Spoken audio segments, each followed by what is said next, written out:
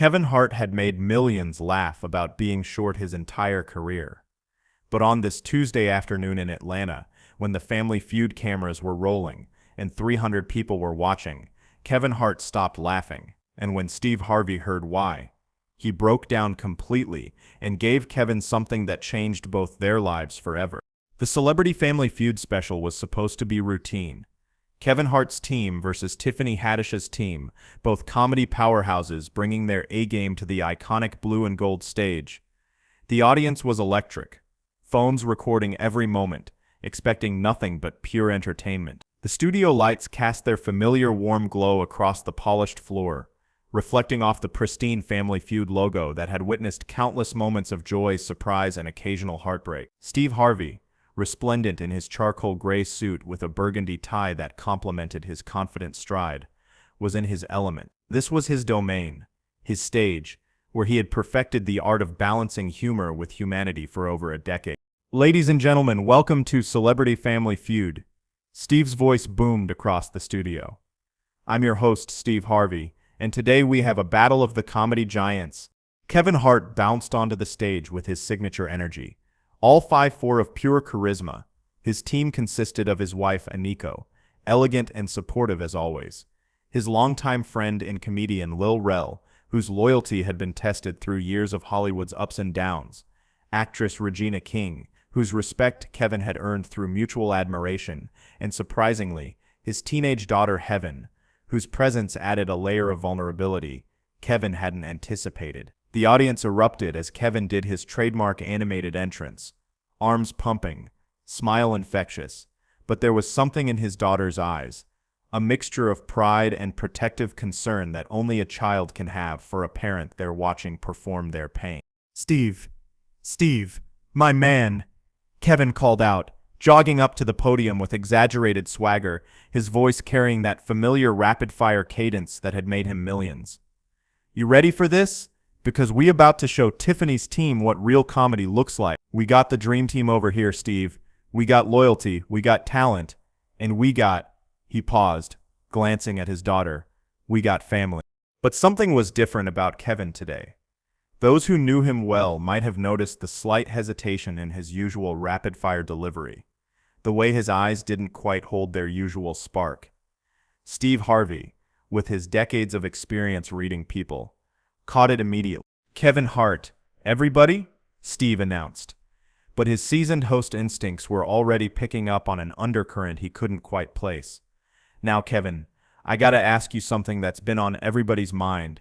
Oh no, here we go, Kevin interrupted with a forced laugh, playing to the crowd. Let me guess, you gonna talk about my height, right? Real original, Steve. The audience laughed, but Steve paused.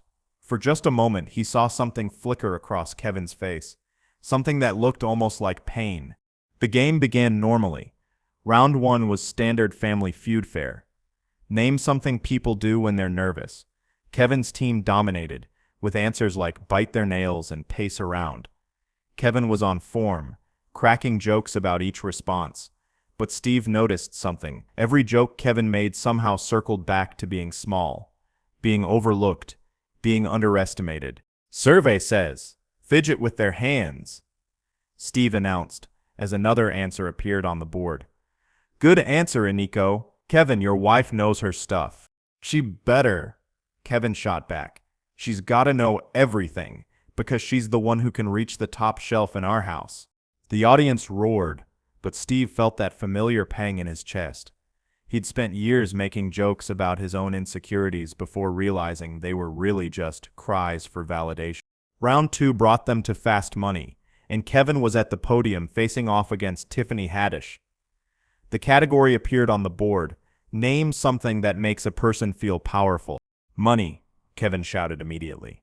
Survey says, Steve paused dramatically. Number 1 answer. Kevin Hart, you're on a roll. But then came the second question that would change everything. Name something about yourself that you would never change. Kevin's smile faltered for just a split second. In that moment of hesitation, the entire studio seemed to hold its breath.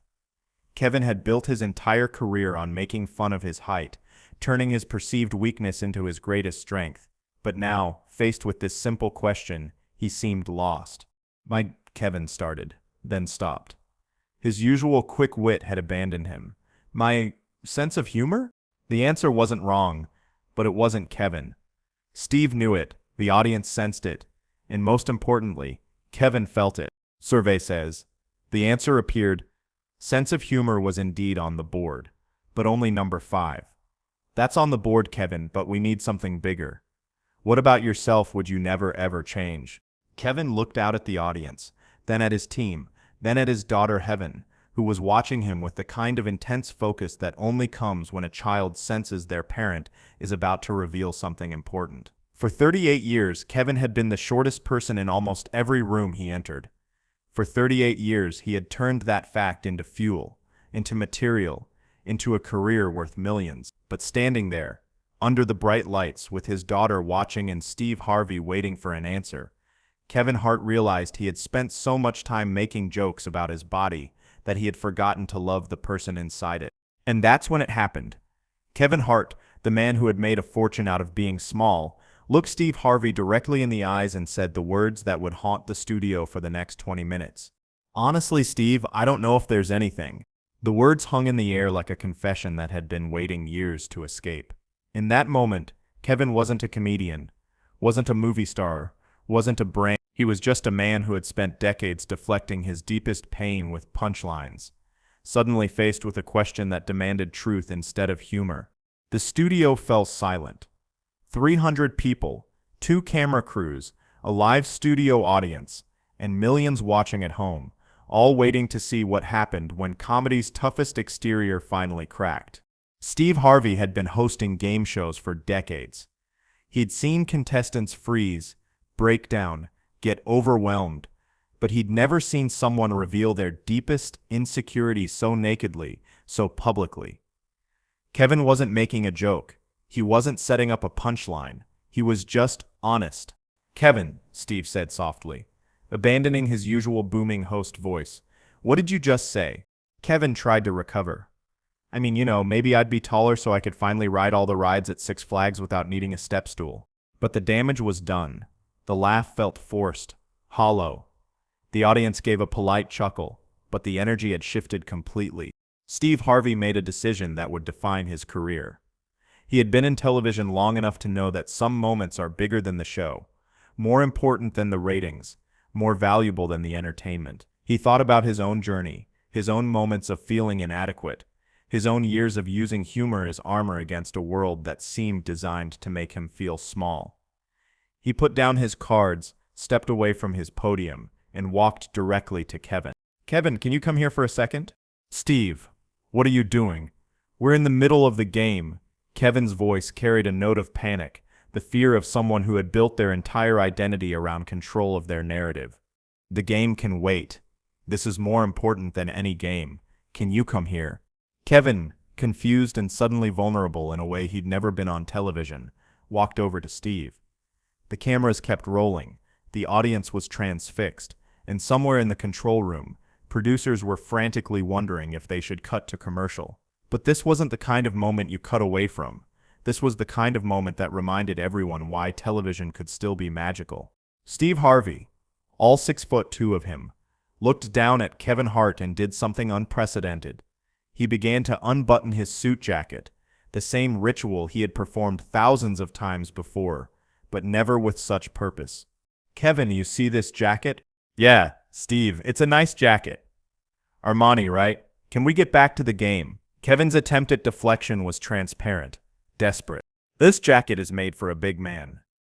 6'2", broad shoulders, takes up space. You know what that means?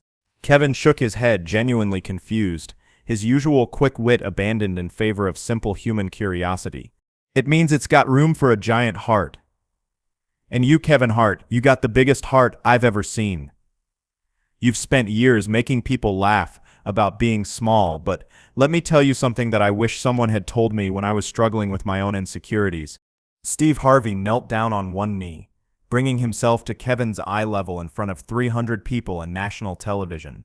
You are not small. You are not less than. You are not a joke. You are Kevin Hart, and you have brought more joy to this world than most people twice your size ever will. Kevin's eyes began to well up. Steve, you don't have to, Yes, I do. because I see you, man. I see you carrying all this weight, all these insecurities, turning your pain into punchlines so other people don't have to deal with your truth. But your truth is beautiful, Kevin. Your truth is that you're enough exactly as you are. Steve handed Kevin the jacket. This jacket is too big for you, Kevin. But you know what? You're gonna grow into it. Not physically, you're gonna fill it with all the love and talent and heart that you already have, because that's what makes a man big. Not his height, his heart. The studio was silent, except for the sound of 300 people collectively holding their breath, and the quiet sobs coming from Kevin's family in the front row. Kevin took the jacket with trembling hands. Steve, you what, Kevin, tell me? And then Kevin Hart, for the first time in his adult life, told the truth about his height without making it a joke. I was 8 years old when kids started calling me names. Shorty, tiny, half pint. I went home crying to my mom every day, asking why God made me so small.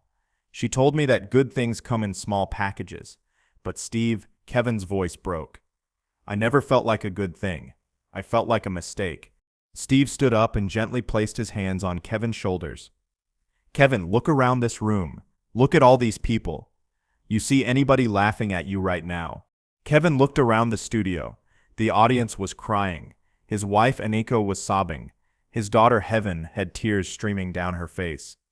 Even Tiffany Haddish, his competitor, was wiping her eyes. No, Kevin whispered. That's because they're not seeing Kevin Hart the comedian right now. They're seeing Kevin Hart the man, the father, the husband, the person who has spent his entire life making other people feel better about themselves by sacrificing his own self-worth. And that man, Kevin, that man is a giant. Steve Harvey turned to the audience. I want everybody in this studio to stand up. Slowly, all 300 people rose to their feet. I want you to give this man the standing ovation he's deserved his entire life. Not for being funny, not for being short, but for being brave enough to tell the truth about who he really is. The applause that followed wasn't the polite game show clapping the audience was used to. It was thunderous, sustained, emotional. It went on for 5 full minutes. Kevin Hart stood in the center of that storm of appreciation, wearing Steve Harvey's oversized jacket, crying openly for the first time in decades. When the applause finally died down, Steve had one more thing to do. Kevin, I want you to keep that jacket. But more than that, I want you to remember what it represents. Every time you look in the mirror and think you're too small, I want you to remember that 300 people and millions of viewers saw the real you today, and we didn't see someone small. We saw someone enormous. Kevin hugged the jacket to his chest. Thank you, Steve. Thank you for seeing me. Thank you for letting us see you. The show resumed, but everything had changed.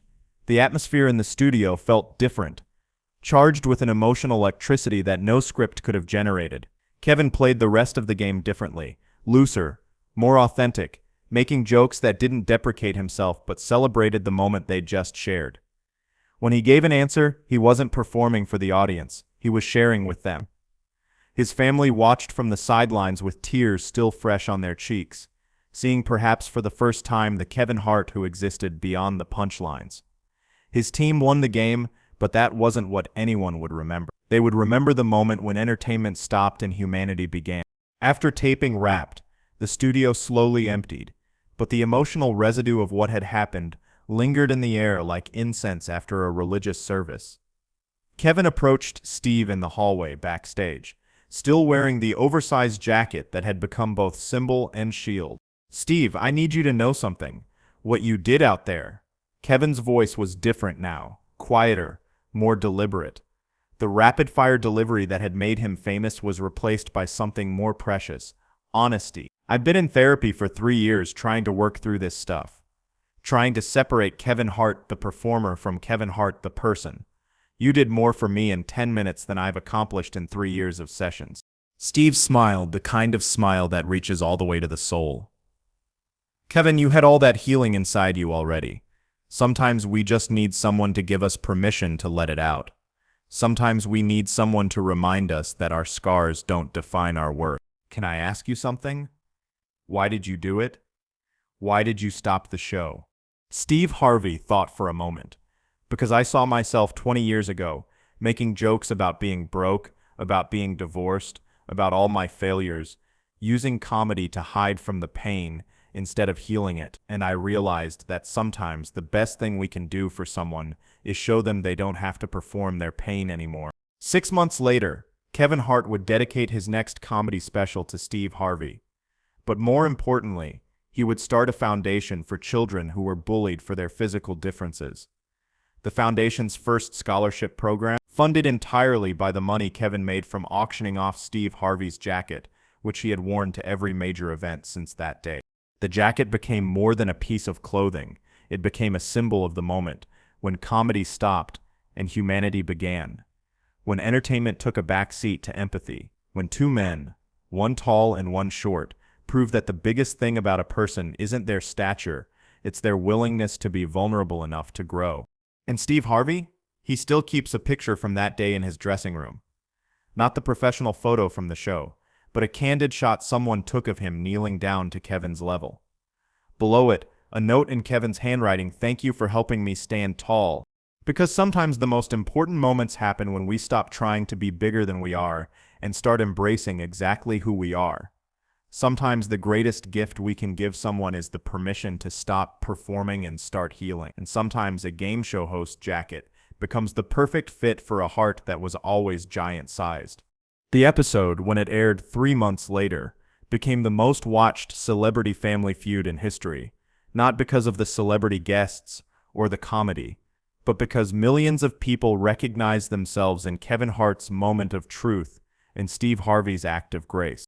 Today, whenever new comedians ask Kevin Hart for advice about dealing with insecurity, he tells them the same thing Steve Harvey told him. Your pain doesn't have to be your punchline. Sometimes the bravest thing you can do is take off the mask and let people see the person behind the performer. Because that's what love looks like. That's what courage sounds like. And that's what happens when someone finally gives you permission to stop being small and start being whole.